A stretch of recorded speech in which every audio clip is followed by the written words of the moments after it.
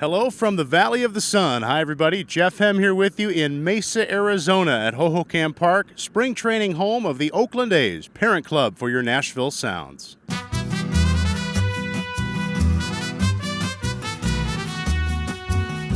The big question in Nashville in mid to late March is, how are the Sounds going to look this year? We got to catch up with Sounds manager Steve Scarsone to get a little bit of a preview of what's to come in the Music City. With about 2 weeks left here in the spring, Steve, first of all, welcome back to another season in Nashville, at least once you actually arrive to town in a couple of weeks. But here we are with a couple of weeks left in the spring. Rosters are sort of starting to get set. Some decisions are beginning to be made as guys are reassigned to camp.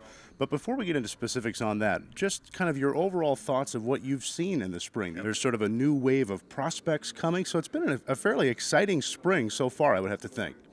I think what we're excited about as an A's organization is the movement from AA up. A big chunk of guys that are coming up that had great success previous years, and as a core group coming, it's kind of nice because, in the past we've been a predominantly free agent-driven AAA club, and now we got an opportunity to kind of hit our stride running.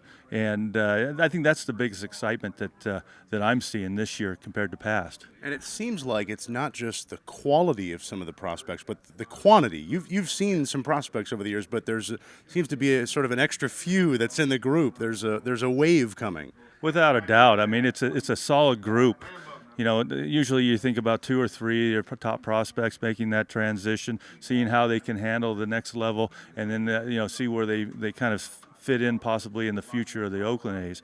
But we've got such a core group coming up that they're going to feed off of each other, as well as kind of catching hold of some of the good experience from guys like Joey Wendell that went through a season with us last year and had a lot of success. So I'm really thinking this is going to be a great situation for our young guys, and I think the older guys can kind of pull from that youth and that energy. And as a former infielder, when you think about some of the guys that could be in the Nashville infield, it's looking like a pretty impressive group.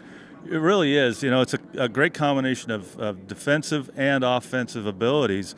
We're probably going to see our organizational MVP from last season, Chad Pinder, who was in Midland and then was the Texas League MVP, and he's going to be our shortstop. And so he's a guy that's going to get a chance to kind of see how he can deliver at the AAA level, see if that can continue. I don't see any reasons why he won't have success.